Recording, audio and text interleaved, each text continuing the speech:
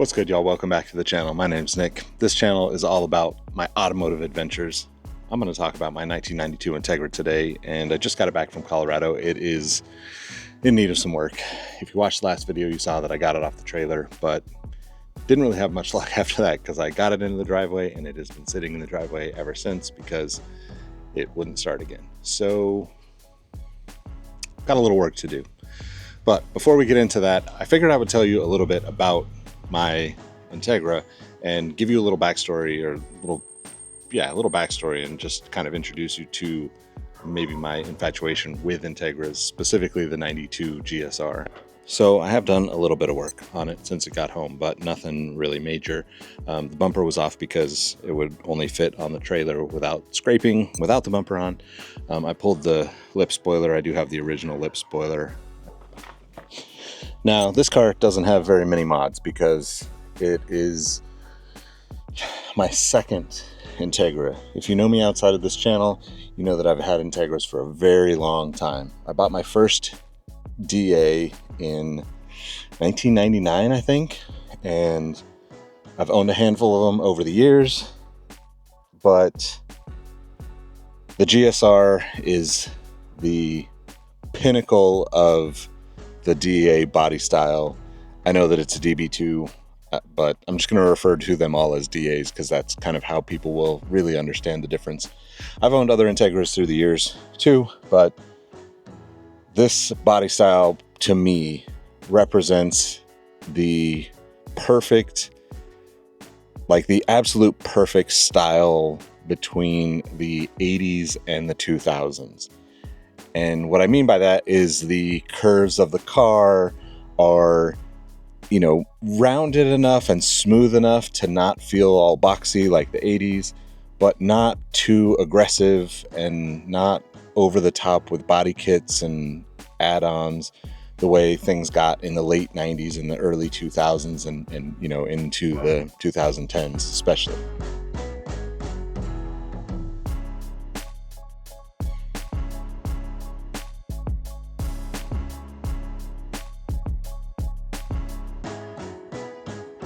So going back to the body style conversation, I think this is the best Integra ever made. It is timeless.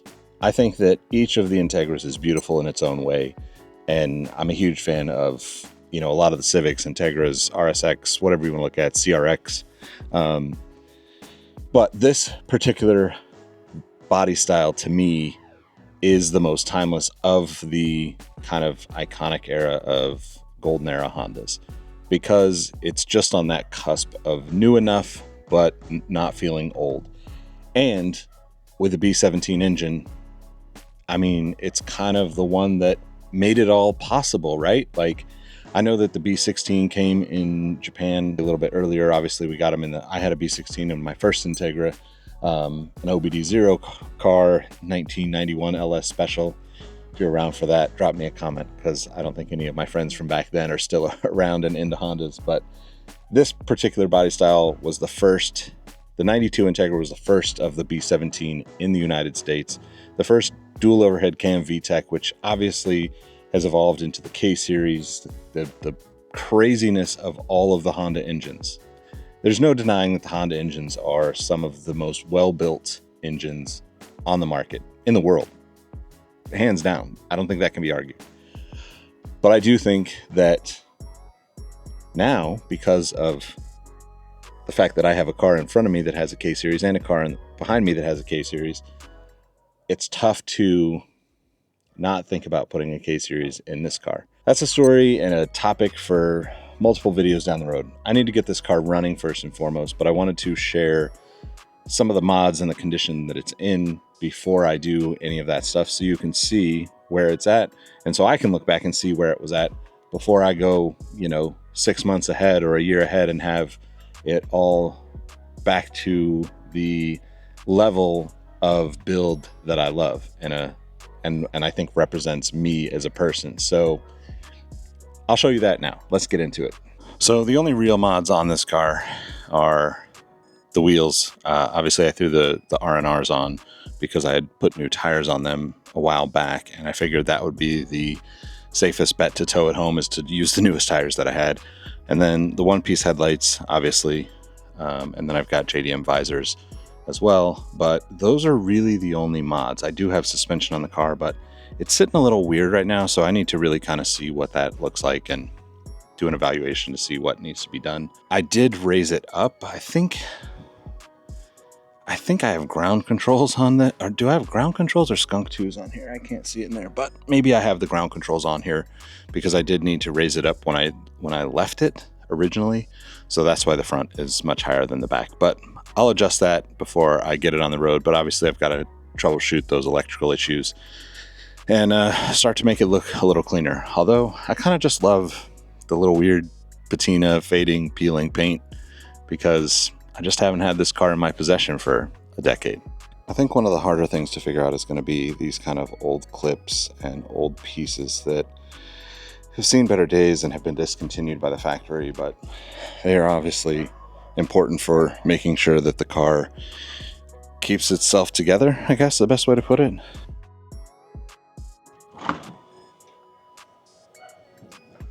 In the trunk, I've actually got this old ass subwoofer. I've never even used it. It's never even hooked up in a car.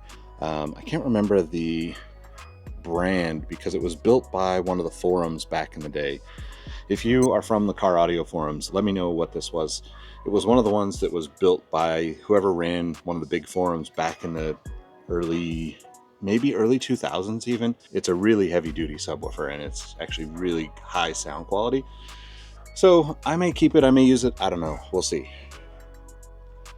These things are really awesome if you haven't heard of them or used them. If you live in a place where the cars get moisture inside, specifically if you've got a DA that has that famous cowl leak up front or leaks in the back, this is a good little air purifying bag. It keeps it a little bit better than it would be.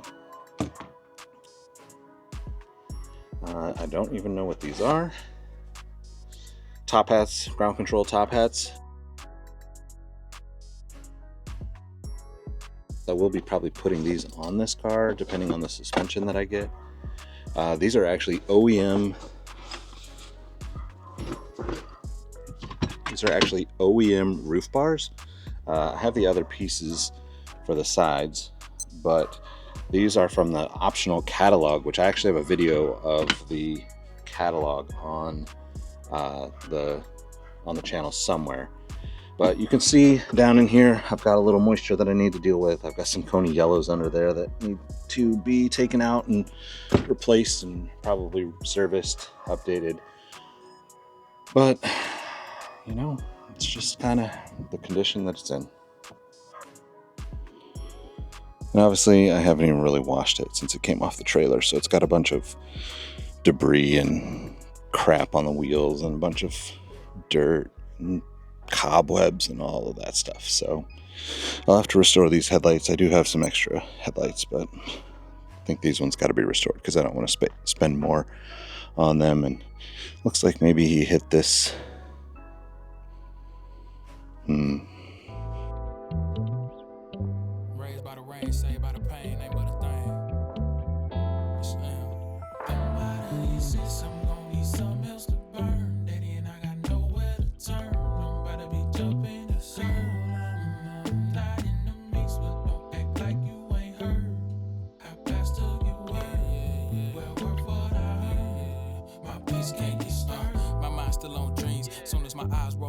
Come good tokens. I've been training myself to add cheese to the picture. A smile go far, self-grace is worth a million miles. Little change the bit, came a little up. By the time they want the price, the name that went up. Still got work to do, I'm trying daily. Cause don't end up at lead, but I can take it. By now all my demons know I'm praying. By now all my haters know I'm staying. So I didn't record any of this, but the car had been sitting and had a ton of stuff in here. There was a random pair of wheels that were not mine in the car. There was a bunch of stuff that I had left in here from the past when I wanted to bring the car back to California earlier and just couldn't. And this is kind of where it sits right now. I recently did a bunch of stuff to tear apart this dash. That'll be the next video actually, so hit subscribe if you're into these Integras or Golden Era Hondas in general, because I got a lot of content coming. But inside I had the Nardi steering wheel. This is just kind of the Torino. It's a pretty basic wheel, but it's just a good looking wheel to me. It's just on a generic not generic, but it was kind of like a DIYer's hub from back in the day. And then obviously the stereo system is kind of ripped out right now, and the dash is all apart and all that stuff. But obviously you can see that the condition of the seats and the condition of the car itself is pretty good for its age.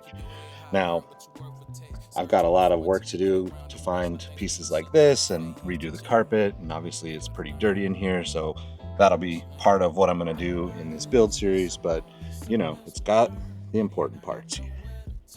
The car has been mine for, I want to say, 12 or 13 years. Like I said, I've got another one. I've had DAs for a really long time, so really just want to make sure that this one doesn't fall into the junkyards or lose.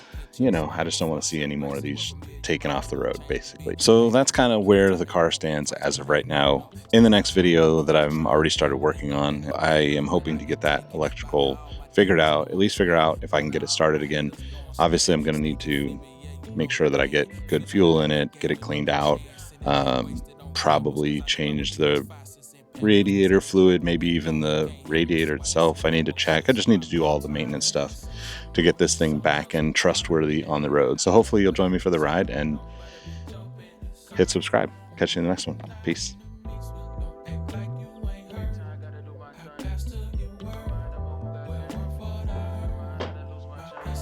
Cause I train myself to find a center on nights I win no heated winner. Introspection peace when you let nothing out within an easy when you